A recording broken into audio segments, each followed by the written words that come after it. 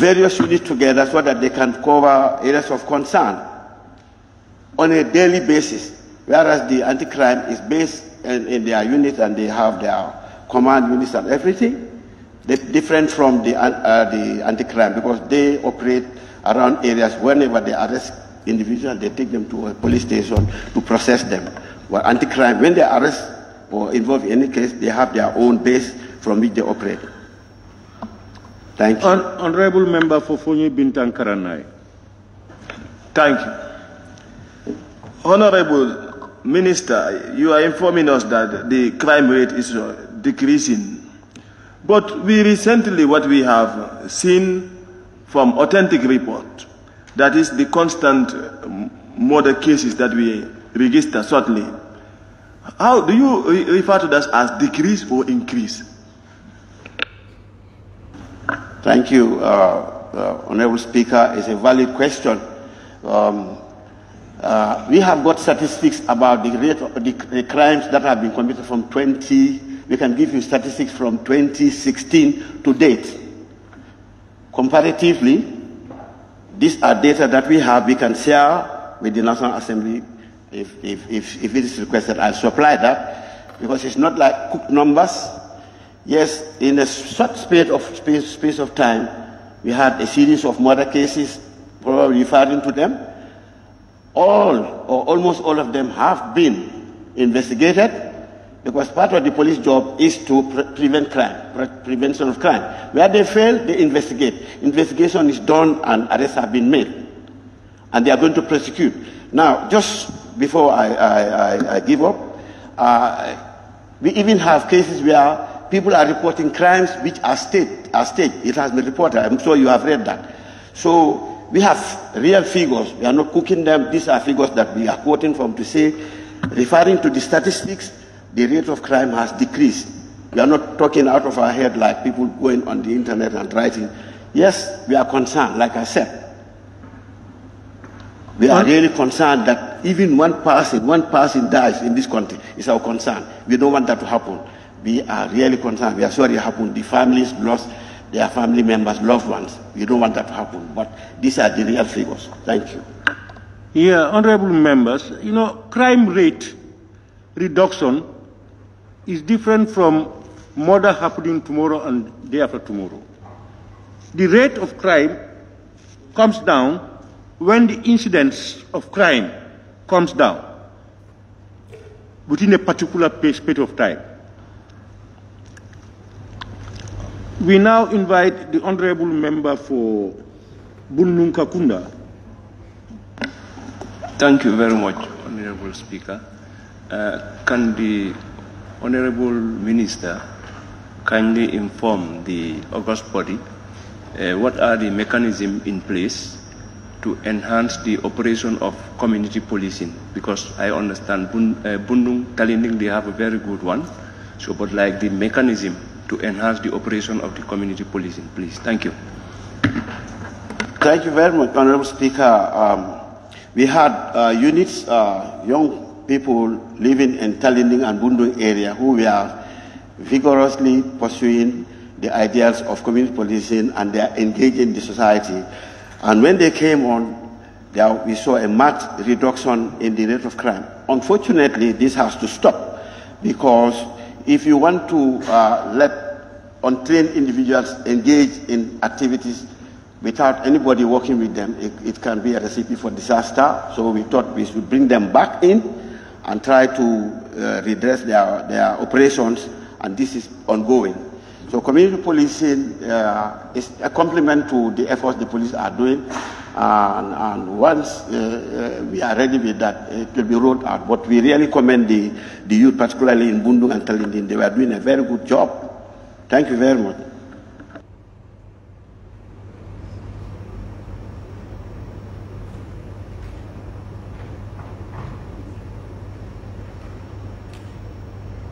Honorable Member for Woolly East.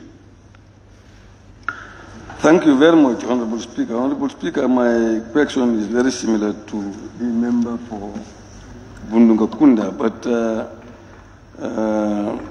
as you know, different police stations indicate that their major problem is juvenile crime across the country. But we also know that you have, vigilante groups for example, in Woodley East that are out to combat, the stealing of ruminants and cows, etc., etc. So, would your ministry be willing to engage some of those, community, members in order to train them to be able to help work with the police to combat crime? Thank you very much, Honorable Speaker. And the question is a very good one. We are working in collaboration with UNDP, who thankfully supplied the police with lots of bicycles that they can supply to the communities. And the police are not working alone. They are working with these communities, trying to engage them, try to sensitize them, and also try to make them understand the principles of community policing, so that when they are operating, they know what to do and what not to do. That is an engagement that's ongoing, and a complete unit is set up at the police headquarters coordinating this, and they're going around. Not only are they doing alone, the UNDP is working alongside them to make sure that this training is done properly. Thank you very much. Honorable Member for Kiang West. Honorable Speaker, from the deliberation of the Honorable Minister, or the responses, and from previous questions to this last one, to the case of Mary Mendy, it seems like we have a very slow legal process, because the cases will long overdue, and you were unable to update the Assembly on some of these cases sufficiently. Could you kindly tell us what are some of the reasons of these slow legal processes in matters of the country? Thank you very much. Thank you very much, Honorable Speaker. I've said before that we have no control over cases in court. Once they go to court, the procedures are there. What slows down the process is there for everyone to see. But we are concerned, and we are addressing our concerns to the Ministry of Justice. That's where we go for him also to see where to address his concerns to. But we also like to get the the National Assembly also to raise their voice of concern with this issue, because we have cases dragging in court endlessly. Sometimes you go, they adjourn for one decision or another. The police cannot do anything, the prosecutors cannot do anything. We just wring our fingers and hands and say, what can we do? Again, not only are we talking about waste of time, but sometimes police or our security agents will be involved in vigorous investigations where sometimes their lives are at stake, and the cases are just dealt with like paltry, and the small sum of money is fine. A fine was imposed on the individual. He goes back and commits the crime again. So these are some of the issues that we have. We are not keeping quiet about it. We encourage the National Assembly also, where you have oversight over, to try to address these things. I'm sorry if I've overstepped my limits, but that is something that I thought I should share. The concerns to the Honourable Member for Banjul Central.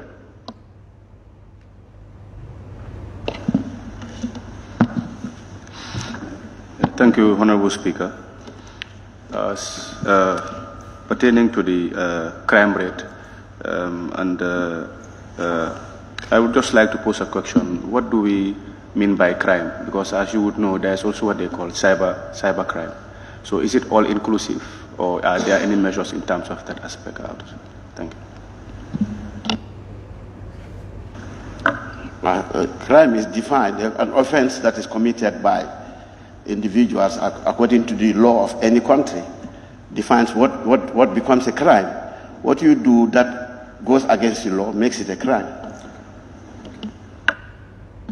Okay, that answers it. Thank you. Thank you very much. Honorable Minister, we want to thank you for ably answering other questions posed by honorable members. And thank all those members who also asked questions or participated. We now move to the next one, Clerk. Honorable Minister of Interior, we can release you.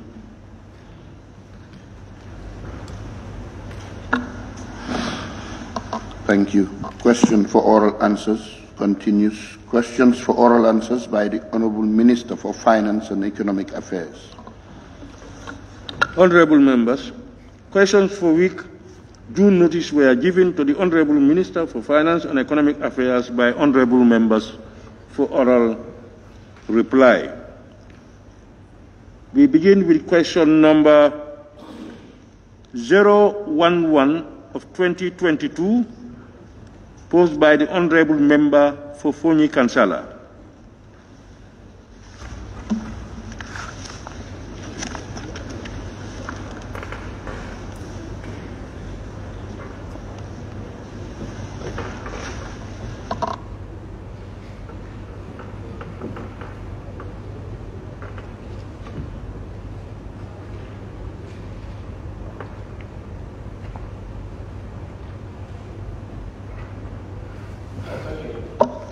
Thank you, Honorable Speaker, and I thank the Minister of Finance, Economic Affairs.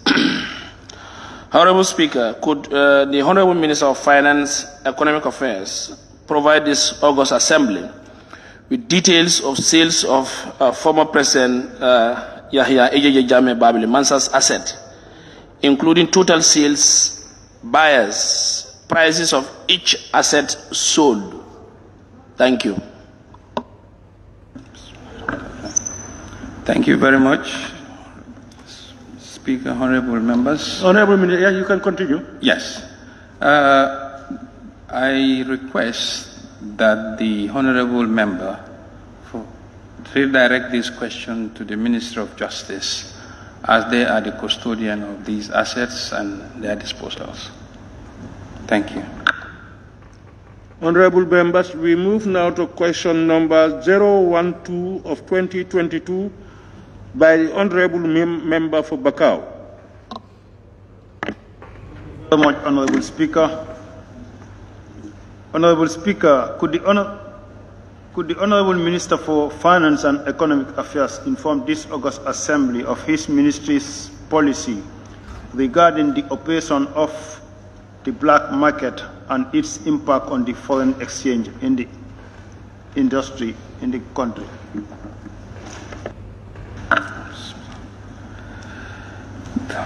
Thank you, Honorable Speaker and Honorable Member. The foreign exchange market is a regulated market that is governed by policies. The players in this regulated market, that is the interbank forex market, comprises of authorized commercial banks, microfinance institutions, and licensed FX bureaus. They are managed in the buying and the selling of FX at rates determined by the fundamentals of demand and supply. Any operator outside this bracket in the FX market are classified as parallel market. There is no existing policy governing the operations of parallel markets because these are outside the formal system.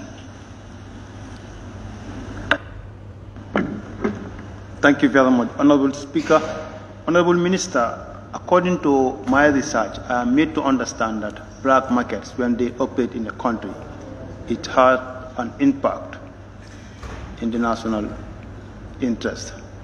What's going to be your take on that as the ministry? Honorable Member, yes, indeed, black or parallel market are not supposed to. They're not the most efficient way that it should. That's why it's called a parallel or a black market, and they do have adverse effect. But the fact that they are not within the formal system makes it difficult to monitor and control them. That's why most of the operations are underground and not in the authorized formal sector. Thank you.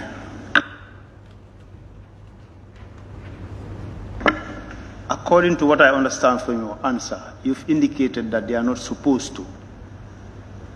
Is that right? We mentioned that this is a parallel market, not an officially sanctioned market. So it's not regulated. That's what I exactly mean. But as a ministry responsible of finance, and when it comes to such operations in the country, will it not be your responsibility to put a stop to it?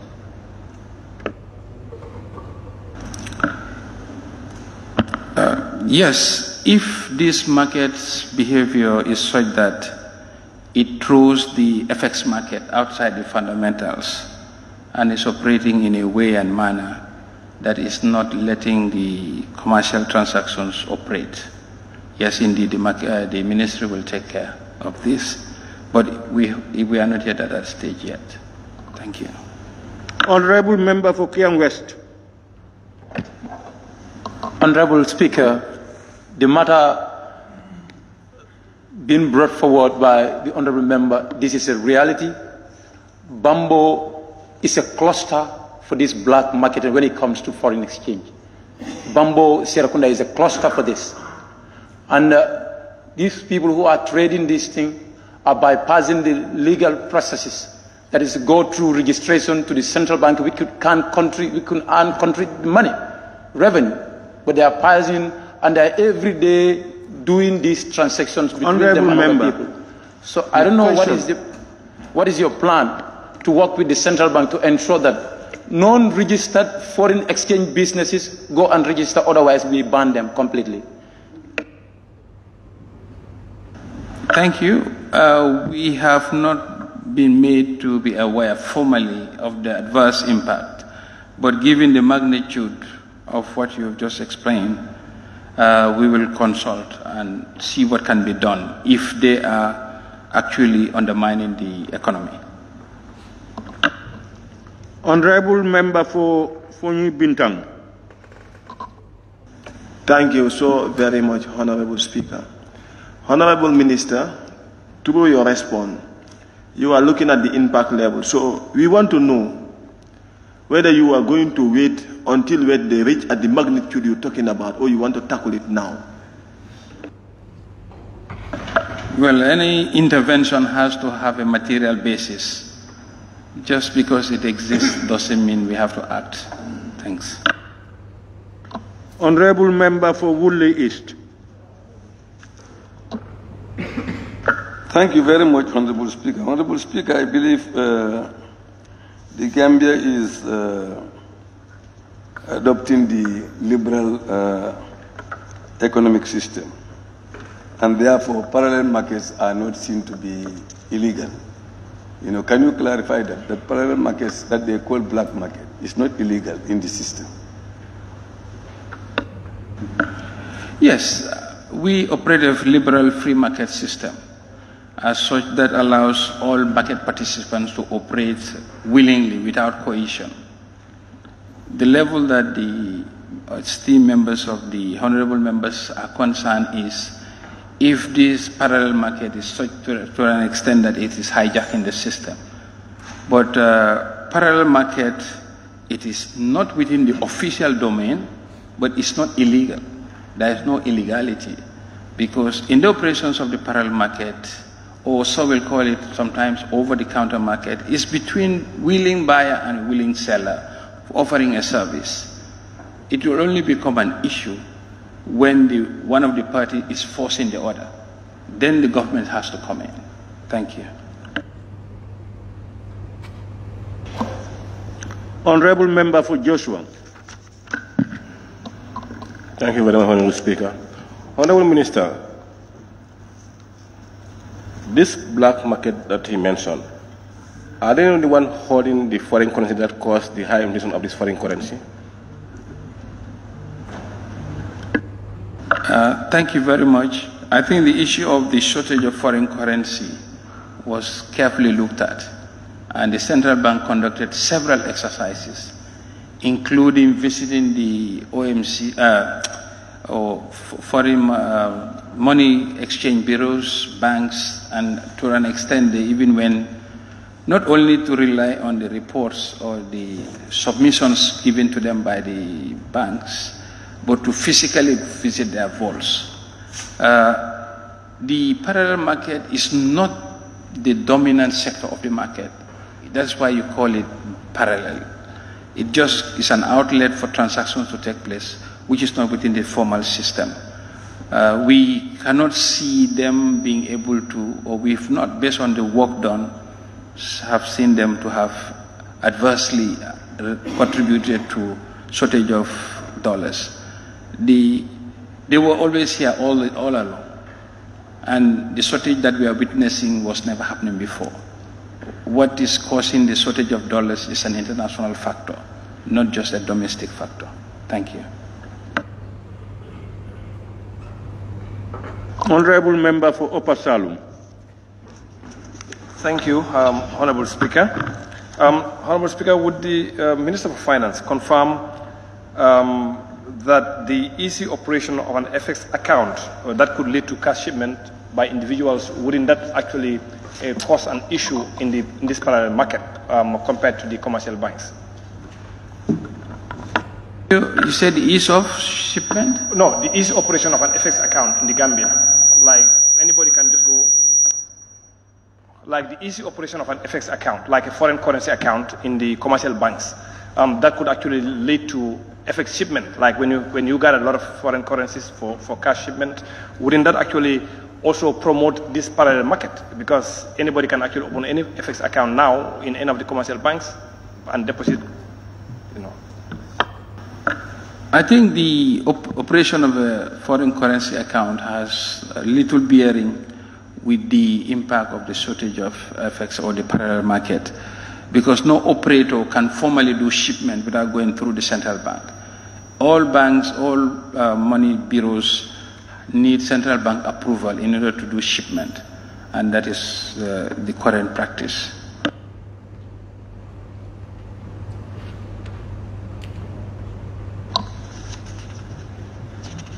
Honorable members, we now move to question number 013 of 2022 by the Honorable Member for Banjul South. Huh? I think member for Banjul Central will step in for him, for her. Yeah. Thank you so much, Honorable Speaker. The question is, Honorable Speaker, could the Honorable Minister for Finance and Economic Affairs inform this August Assembly whether his ministry would consider giving civil servants allowances for incentives instead of reducing their allowances, since civil servants in the lower grade of the government's integrated pay scale are poorly paid? Honorable Member, and I request that the Honorable Member for Banjul South redirect this question to the Ministry of Public Service, Administrative Reform, Policy Coordination and Delivery, as this falls under their remit.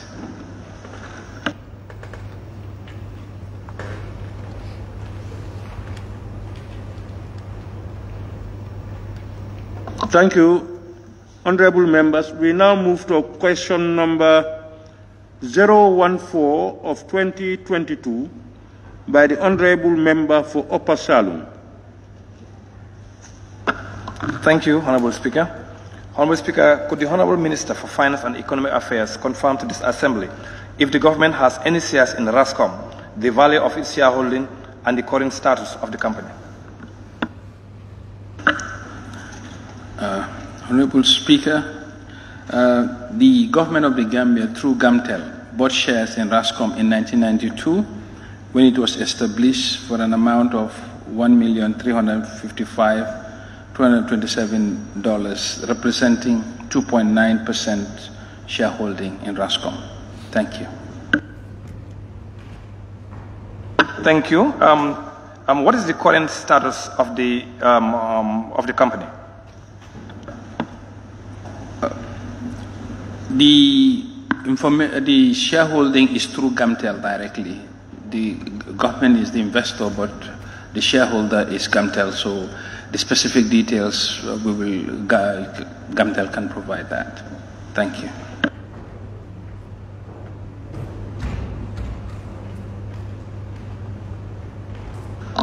Thank you very much.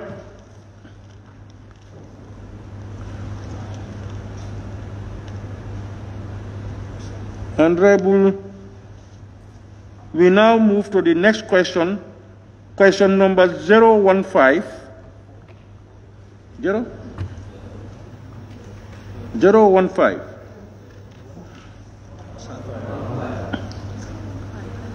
Honorable, please. Honorable members, question number 015 of 2022 by the Honorable Member for Upper Salem. Thank you, Honorable Speaker. Honorable Speaker, the digital economy is taking shape in the country, contributing to the GDP, but could be used in terrorist financing and money laundering schemes. Can the Honorable Minister for Finance and Economic Affairs inform this Assembly of the legal and policy framework in place regarding it, especially mobile money services? Thank you, Honorable Member. The Financial Intelligence Unit, under the supervision of the Central Bank, is operating under the guidance of anti-money laundering and combating of terrorism financing guidelines in combating the money laundering and financing of terrorism. As a result, FIU relies on the Anti-Money Laundering and Combating of Terrorist Financing Act of 2012. This act covers all the reporting entities, which includes mobile money operators and transactions.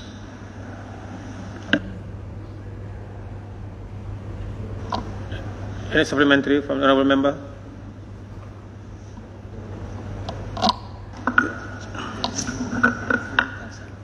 The member for Fonya Councillor. Thank you very much, Honourable. Thank you, Honourable Minister. I want to ask how ECUB is the Financial Intelligence Unit, and again, the systems that they have in place in financial monitoring. How ECUB is the Financial Intelligence Unit and the systems that they have in place in financial monitoring. Thank you.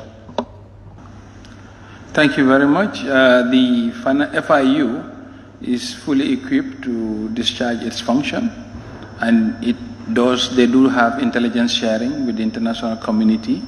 As you know, money laundering is of international concerns, and they are up to their work.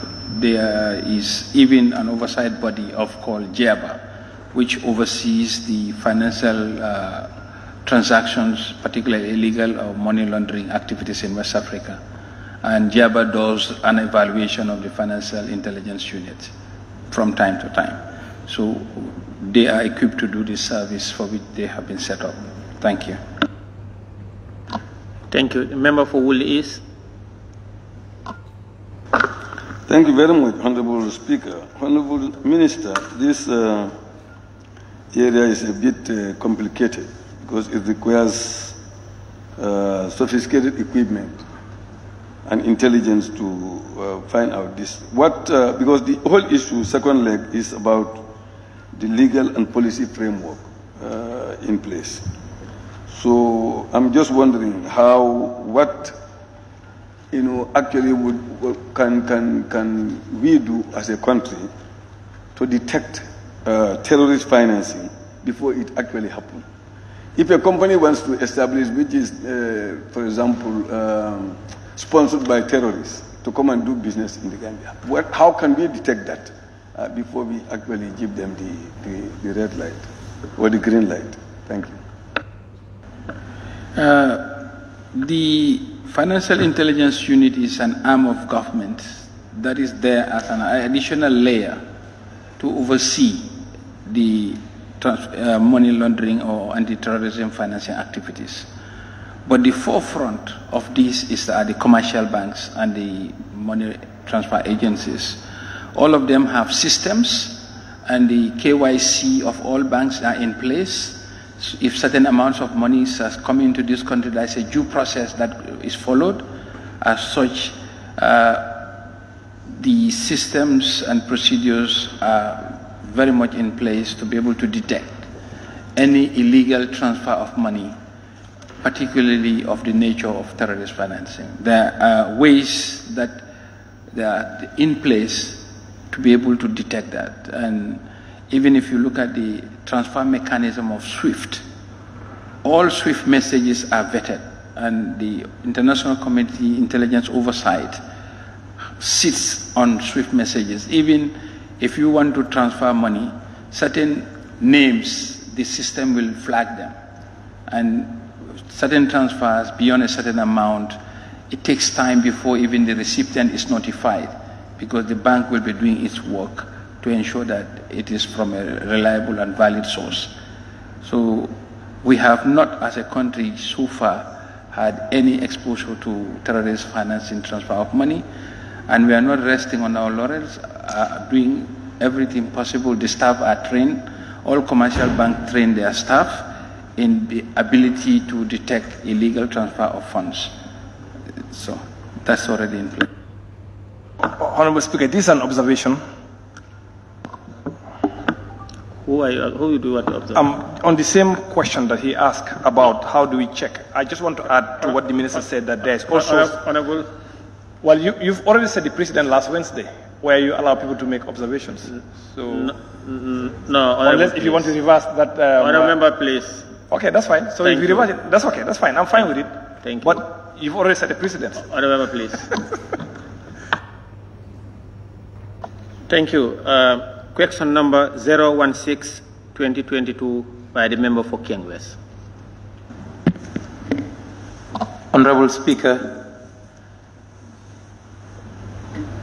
could the Honorable Minister of Finance and Economic Affairs update this August Assembly on country's debt service? Thank you, Mr. Speaker and honorable members. The total debt service for the first 7 months for the year stood at 2.64 billion, of which interest payments amount 1.6 billion, while the principal repayments stood at 1.04 billion.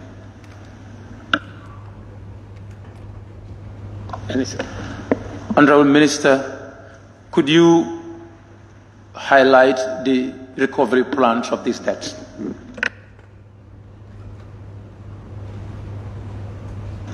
What do you, honorable member, can I understand what you mean by recovery plan?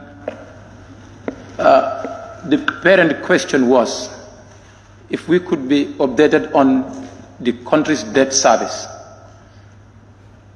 So you've responded, highlighting some of the debt payments that are undergoing.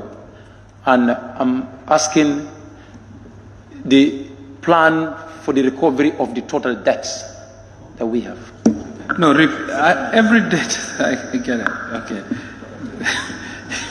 It doesn't ring. I struggle to understand it. Every debt has a repayment schedule. And those repayment schedules are what will be adopted to finally pay out every debt. There is every debt that is contracted has a repayment plan schedule which is attached and which is agreed. And it is the accumulation of those, it's like a checklist process. You look at every debt that you have, and for each, what installment is due is already there. And sometimes, not sometimes, all the time, that is what is tabulated, compiled to service the debt. So you're effectively asking about the debt servicing. Yes, so that's already in course and is logged into the system. We have a computerized system that manages all of that. And every reports are generated to ensure that payments are on track. Yes. Honorable Speaker, could the Honorable Minister inform this August Assembly on country's total debt as of today? I deem that to be a substantive question. Honorable, yes. Am I right? So I will not just off the cuff, even if I know it requires. Thank you, Honorable Minister. Thanks. The member for Woolly is? Provide us that information. General information is 88 billion, but it's not something that I expect to just say. Minister, sorry, can we allow the Honorable member for Woolly is? Thank you, Honorable Speaker. Honorable Speaker, because the question is about the country's debt servicing.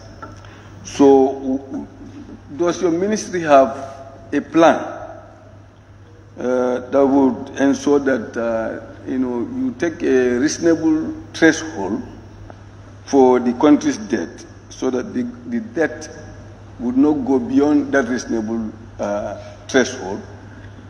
Instead, it will go down, but it will not go beyond it. Do you have a plan, a debt management plan that will actually help us to do that? Thank you. Yes, this is called debt sustainability assessment. And that is a policy. We have a debt sustainability framework that ensures that at any one time, the debt burden of the country will not be at a level that the country cannot assess, cannot service. And this is an important pillar of any international donor program like the IMF to ensure that our debt burden is within. And periodically, every 6 months or so, an assessment is done on the debt sustainability to ensure that our debt level is within manageable limits. And we occasionally will reprofile the debts to reduce the overall interest burden, which exercise is an ongoing exercise because there's a debt program. Debt is a directorate within the ministry that looks at the entire debt portfolio. And as interest rate moves, we may reprofile the debts. By reprofiling, I mean issuing new debts which may be cheaper than old debts to pay off all debts so that your overall burden will come down. So we are also looking at debt restructuring with some of the partners. We benefit from debt forgiveness at times. All of these are factored into the framework. Of course, at any one time, we are ensuring that the debt level is not beyond what, in fact, there's a debt ceiling at any one time that you cannot exceed. Thank you. Thank you. Honorable Member for Obasalum? Oh, okay. Thank you. Now, question number 017 of 2022 by nominated member Keba Lang Fofana.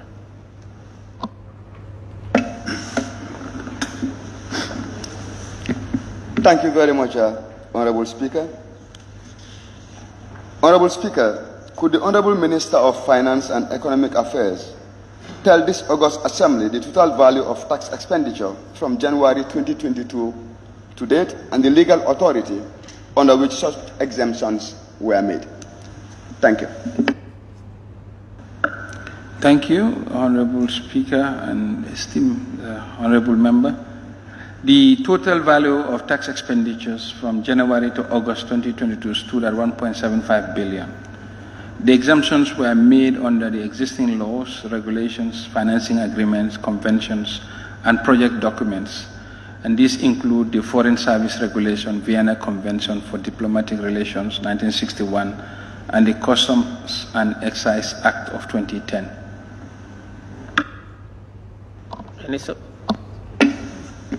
Thank you, Honorable Speaker. Honorable Speaker, how would this correlate to Section 149(3) of the Gambia Constitution, which states that any exemption, no matter who have the authority, shall be subjected to the approval of the National Assembly? Thank you. Yes, there's no conflict because these are by laws approved by the same National Assembly. So all these exemptions are granted under the existing laws, and there is no law that conflicts with the Constitution. So, thanks. Thank you. Any further Honorable Member, do you have? Honorable nominated Kebalang? Okay. The member for Woolly is? Thank you, Honorable Speaker. Honorable Speaker, we are dealing with tax. And we know that you have two. You have non-tax and the other revenue. So,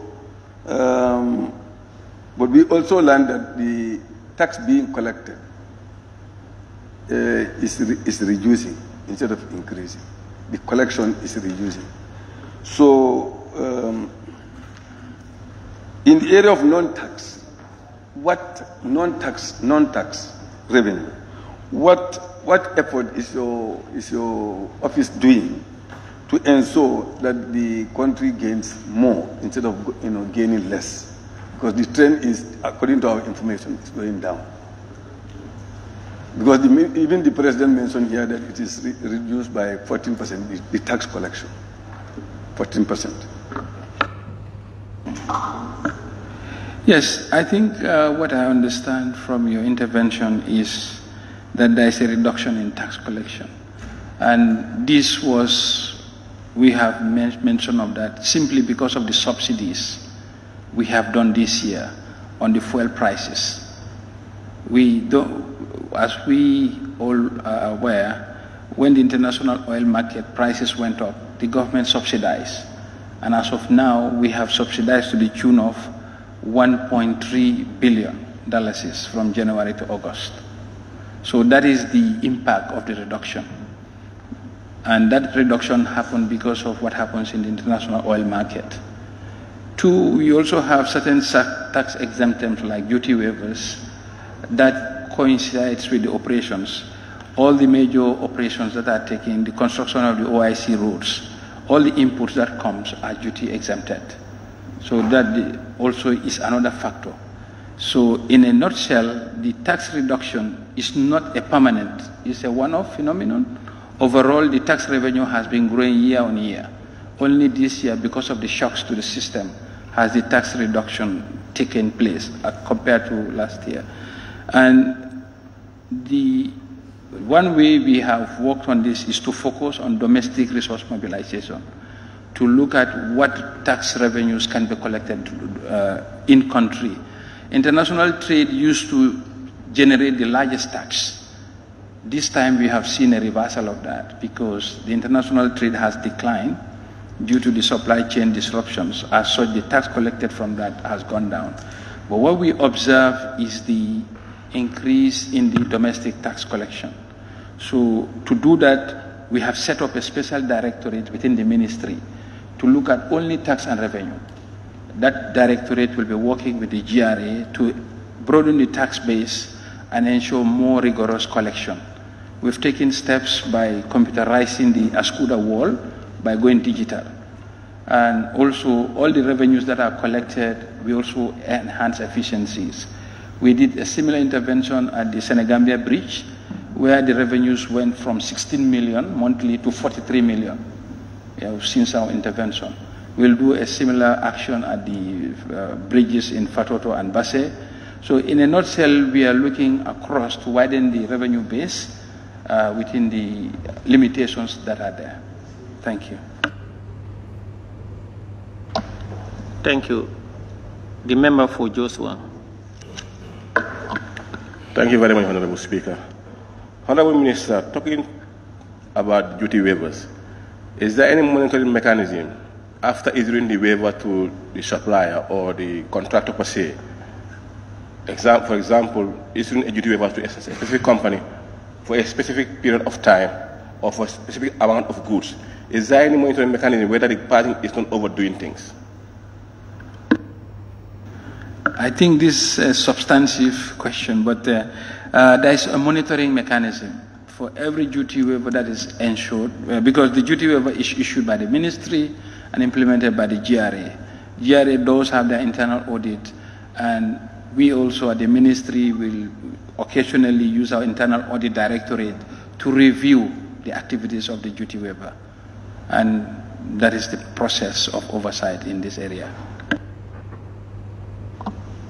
Thank you.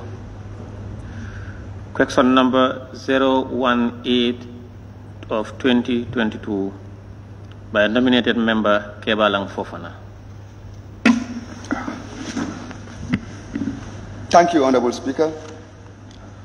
Honorable Speaker, could the Honorable Minister for Finance and Economic Affairs inform this August Assembly of the value of benefits received from the tax expenditures and the basis used by the Ministry to establish those benefits?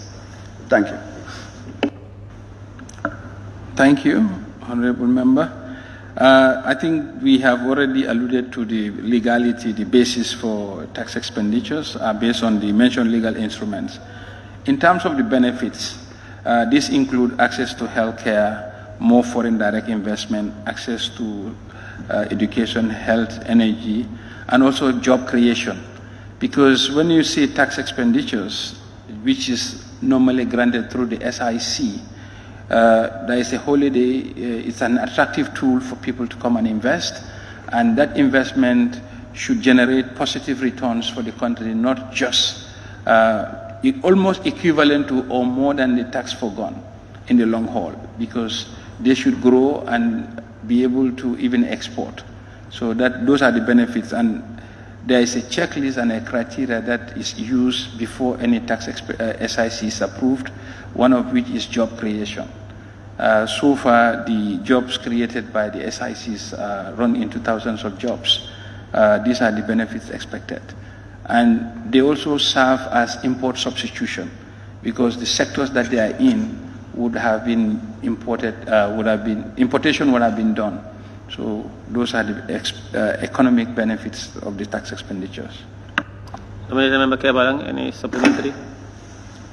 Thank you, Honorable Minister, because basically these tax expenditures would have been revenue, but we are forgoing the revenue and then in the belief that something tangible would come in return.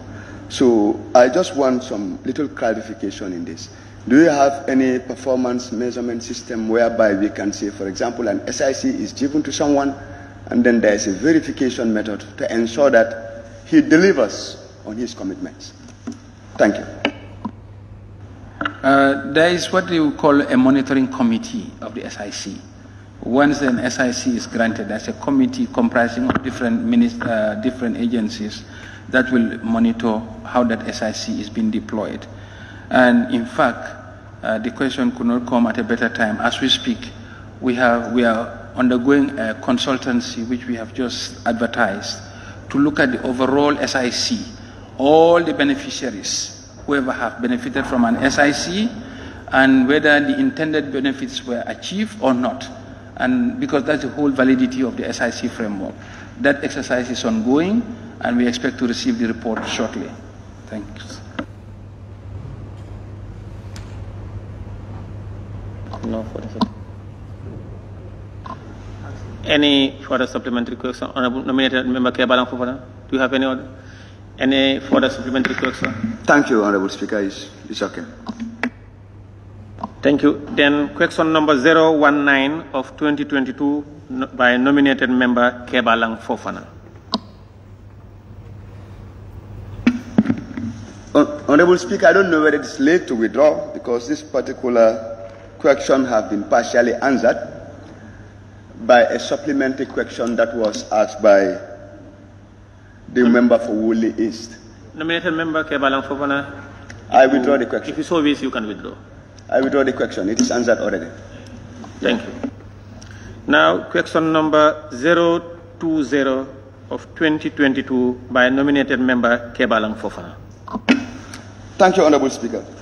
Honorable Speaker, could the Honorable Minister for Finance and Economic Affairs tell this August Assembly the legal instruments that his ministry relies on to implement the fuel subsidy?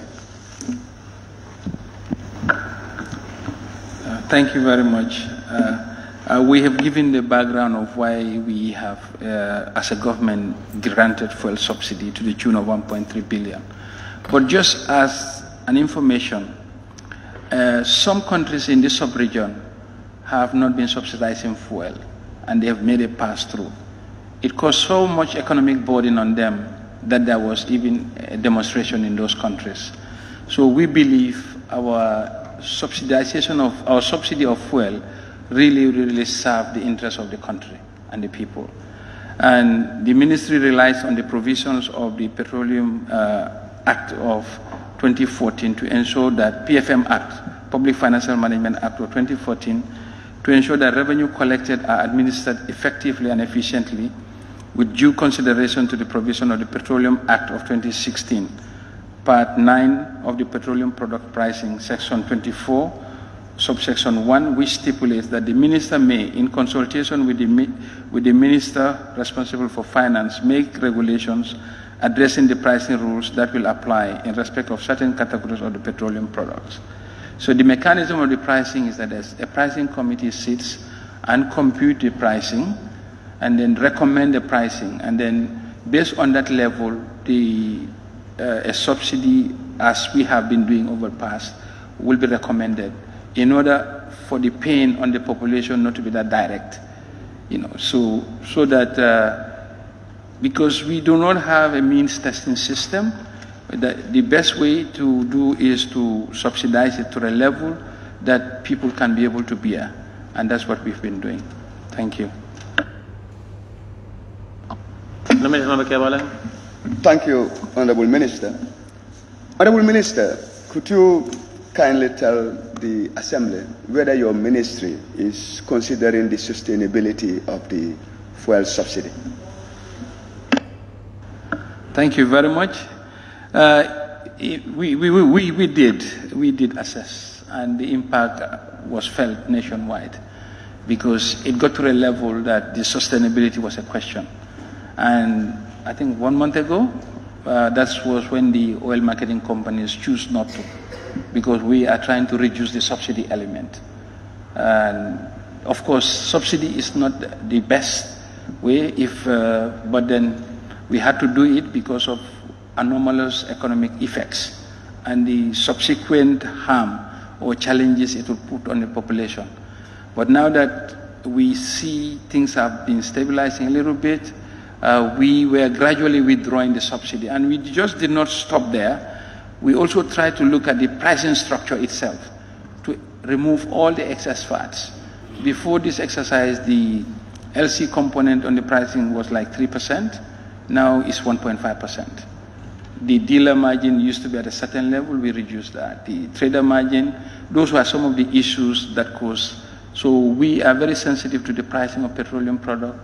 And the sustainability is a factor we took into account in the last months, and we will continue to do so before the end of the year. I think the best way will be no subsidy if the world market prices are able to be afforded by the citizens. Thanks. Thank you, Honorable Speaker. I have no further questions. Thank you, Nominated Member Kebalang.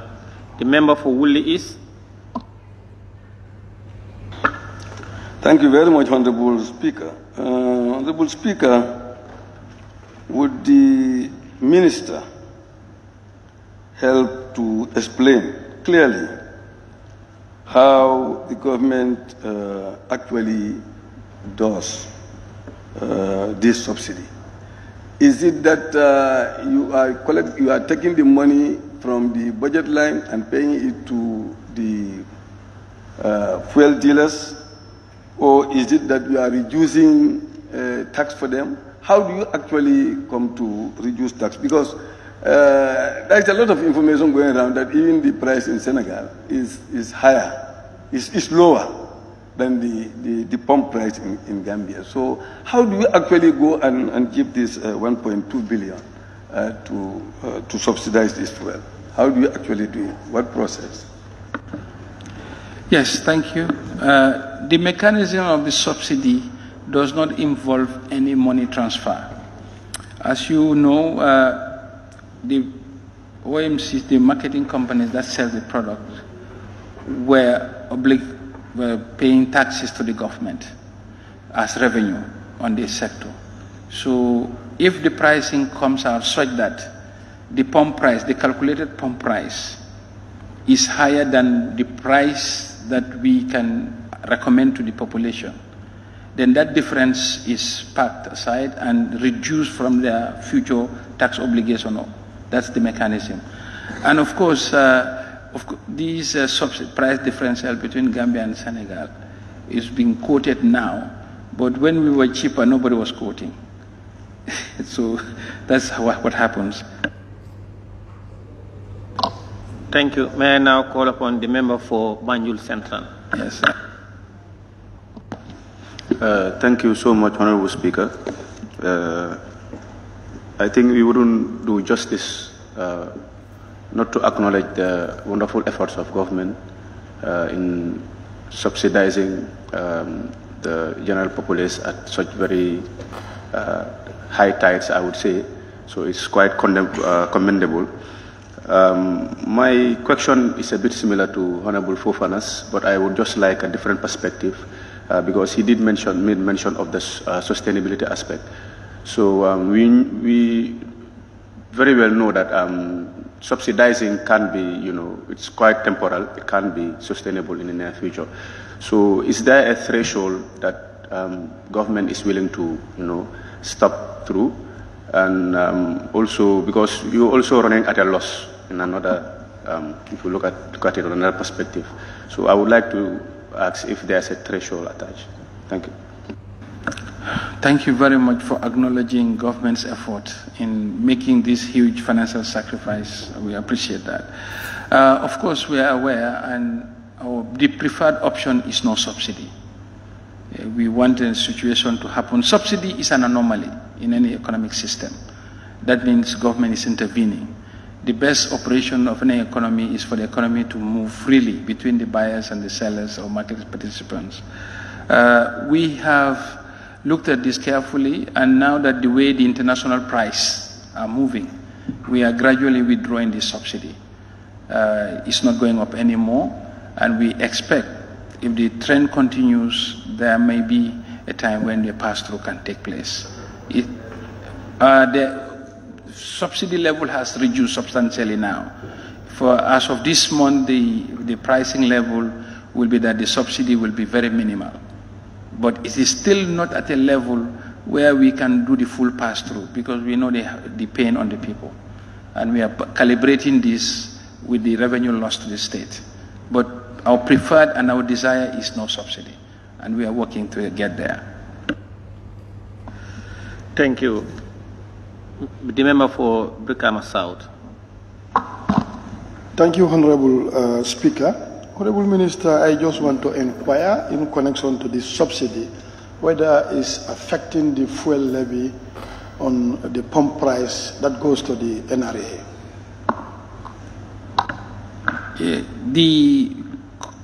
When we were looking at the revenue that goes to the NRA was adjusted because it's not just the subsidy that comes to the state directly.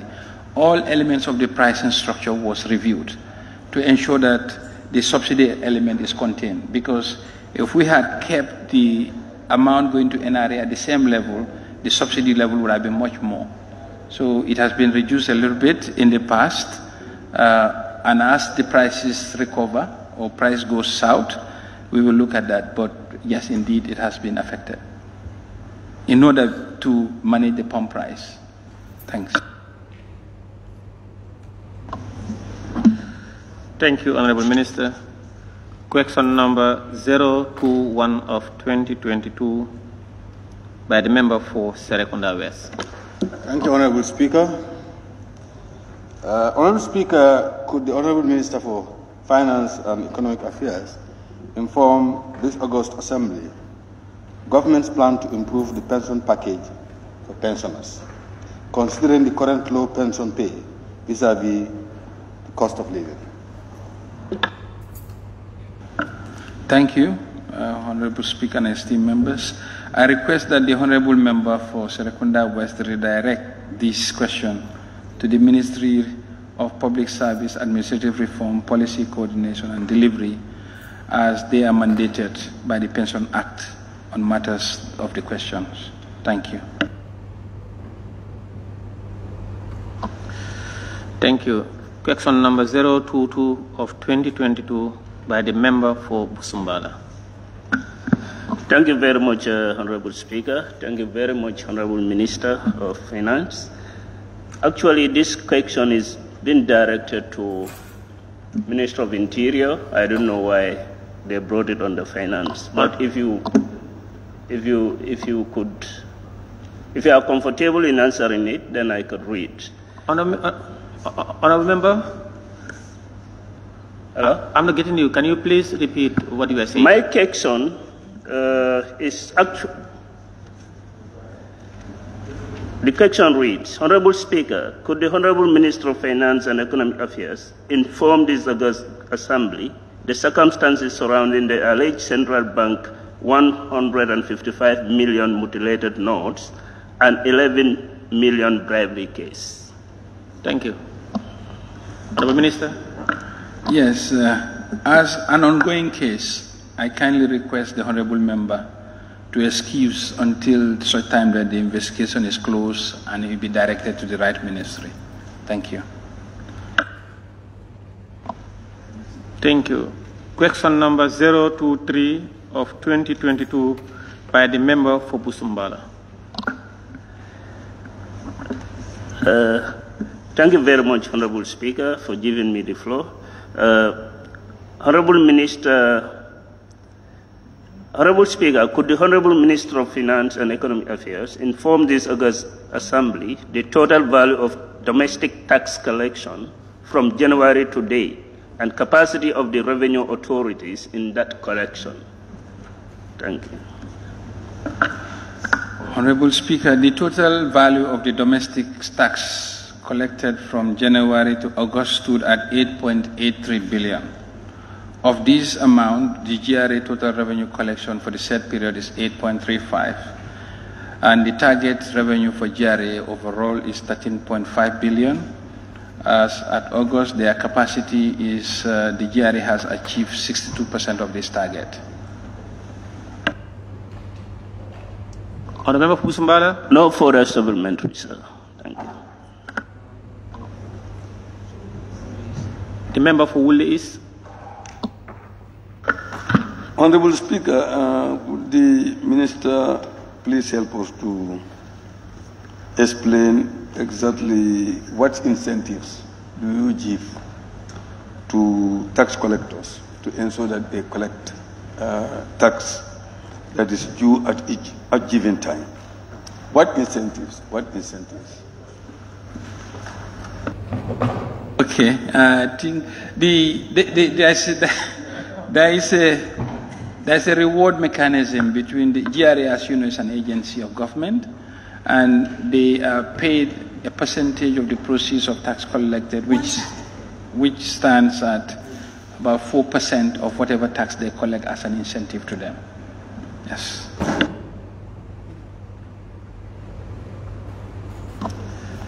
Thank you very much.